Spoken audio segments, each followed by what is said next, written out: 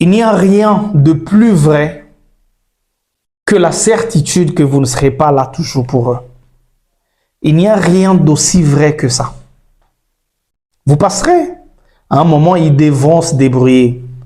Au moment où je tourne cette vidéo, je commémore le 12e anniversaire du décès de mon père. Et j'ai jugé bon de partager avec vous 5 leçons de vie que j'ai apprises de la mort de mon père. La première leçon, c'est que aucun autre homme sur cette terre ne remplacera ton père et aucune autre femme sur cette terre ne remplacera ta mère. Souvent, lorsque on a nos parents qui sont là avec nous, on a l'impression qu'ils ont beaucoup d'amis, qu'ils ont beaucoup de relations, que nous sommes à l'abri, que même si quelque chose de malheureux arrivait à nos parents, que les oncles pourraient prendre le relais, que les tantes pourraient prendre le relais si nous arrivions à perdre nos mamans. Mais c'est une illusion. Parce que déjà dans ce monde, chacun a ses priorités et personne ne pourra te prioriser autant que tes propres parents. Mais aucune autre personne sur cette terre ne pourrait volontiers prendre et jouer ce rôle pleinement. Il y aura des gens qui pourraient aider, il y aura des gens qui pourraient donner un coup de pouce et ça ne sera pas autant délibéré que ça pourrait l'être avec tes parents. La deuxième leçon que j'ai appris de la mort de mon père, c'est que il faut profiter de chaque instant passé à côté des gens qu'on aime. On ne se rend pas compte à quel point il est précieux le temps et l'instant. Tous les instants que nous passons avec des personnes que nous aimons, ça peut être nos parents, ça peut être nos frères, ça peut être nos amis, mais généralement, on ne se rend pas compte à quel point c'est essentiel, à quel point c'est important ce moment-là, jusqu'à ce que ça soit impossible de le vivre. Quand mon père est décédé, je me rappelle quand j'ai reçu l'appel, c'était autour de 5h ou 5h30. Juste quand j'avais ouvert mon téléphone à l'époque et quand j'ai reçu l'appel, je pouvais penser à tout sauf qu'il allait mourir. Aussi jeune, aussi fort, aussi combatif, c'est vraiment la dernière nouvelle à laquelle je pouvais m'attendre. Et ça m'a marqué à vie. En fait, on ne se rend pas compte parfois lorsqu'on vit les derniers instants avec les gens qu'on aime. Le fait de se réveiller avec votre frère, votre épouse, votre époux, le fait de se réveiller, de rencontrer ton ami dans une ruelle, on ne se rend pas compte, mais parfois c'est le dernier instant. On ne se rend pas compte que c'est parfois le dernier regard qu'on pose sur cette personne-là. Et cela est tout autant vrai que la mort peut surprendre toute personne à n'importe quel moment. La mort se fiche complètement de la force physique, la mort se fiche complètement de l'état de santé de quelqu'un, la mort se fiche complètement de l'âge de quelqu'un. La mort n'a pas d'horaire, la mort ne provient à personne, elle frappe de manière brusque, souvent au moment où on s'y attend le moins. Et donc, chaque instant que vous passez est précieux et profitez-en au maximum car ça pourrait être le dernier. Ça ne sert à rien de garder une colère contre quelqu'un, ça ne sert à rien généralement. Parfois, on se rend compte à quel point on a été bête d'avoir certaines réactions avec les personnes que l'on aime. Et en rentrant, on s'est dit, mais pourquoi? Pourquoi? On se rend compte à quel point on se fâche pour des choses qui n'en valent pas la peine, pas du tout.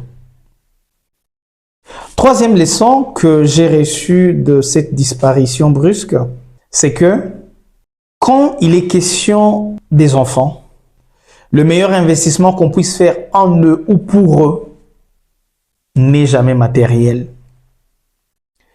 Je connais beaucoup de personnes autour de moi dans ma petite vie qui ont hérité des biens matériels très importants. Moi, je viens d'une famille pauvre. Bah, il est vrai que quand tu nais au village et que tu grandis au village, tu ne te rends pas compte à quel point tu peux être pauvre. Mais oui, aujourd'hui, je peux le dire parce que je le sais. Je suis né dans une famille pauvre, mais ce n'est pas une fatalité. Le plus important, ce n'est pas d'où l'on vient, mais où on va. Le plus important, ce n'est pas ce que nos parents ont obtenu, mais plutôt ce qu'on est capable d'en faire. Et ça, c'est dans la tête que ça se passe. Les biens matériels, ça peut venir et ça peut aller. Comme les Chinois l'ont dit très bien, le plus important, ce n'est pas de laisser des poissons aux enfants. Parce que au lendemain, ils vont tout bousiller, ils vont tout manger et ils vont rentrer à la case départ. Mais le plus important, c'est de leur apprendre comment pêcher, où pêcher, comment se comporter. Ce sont les valeurs que vous leur transmettez qui vont leur permettre de se distinguer dans ce monde. Il n'y a rien de plus vrai que la certitude que vous ne serez pas là toujours pour eux. Il n'y a rien d'aussi vrai que ça. Vous passerez. À un moment, ils devront se débrouiller. Et donc, il est très important que vous puissiez investir en eux, dans leur mental, dans leurs valeurs, ce qui va leur permettre de vivre et de survivre sans vous, dans des conditions souvent meilleures que les vôtres. La quatrième leçon que j'ai apprise, c'est que, en tant que parent, vous devez pousser vos enfants à être autonomes le plus rapidement possible. Vous ne savez pas quand est-ce que vous partirez. Vous ne savez jamais quel temps il vous reste. Donc, le plus rapidement possible, ils pourront être autonomes. Le plus aisé sera leur vie après votre départ, peu importe le moment.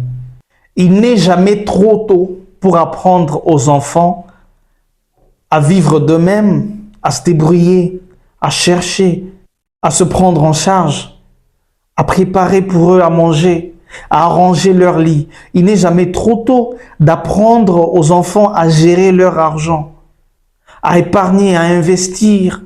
Le plus tôt serait le mieux en fait. Parce que le temps, vous ne le contrôlez pas. Votre vie, vous ne la contrôlez pas du tout. Et la cinquième leçon que j'ai apprise, c'est que planter, c'est votre responsabilité et c'est votre planification. Mais récolter, c'est la planification de Dieu. Il n'est pas dit que vous récolterez tout ce que vous sémez. En tout cas, pas personnellement. Rien n'est garanti que déjà les graines que vous plantez vont pousser. Et pourtant, il faut les planter quand même. Rien n'est garanti que vous serez vivant lorsque ça sera le moment de récolter. Et pourtant, il faut le faire quand même. Ne vous fatiguez pas de planter le bien autour de vous. Même si vous n'aurez aucune garantie que vous serez là à la récolte, ne vous fatiguez pas. Plantez le bien en vos enfants. Plantez en eux des bonnes valeurs de vie. Plantez en eux des bonnes relations. Plantez en eux une bonne éducation. Plantez pour eux des investissements. Plantez pour eux des choses, des valeurs, même si vous n'êtes pas sûr de les récolter. Faites du bien autour de vous.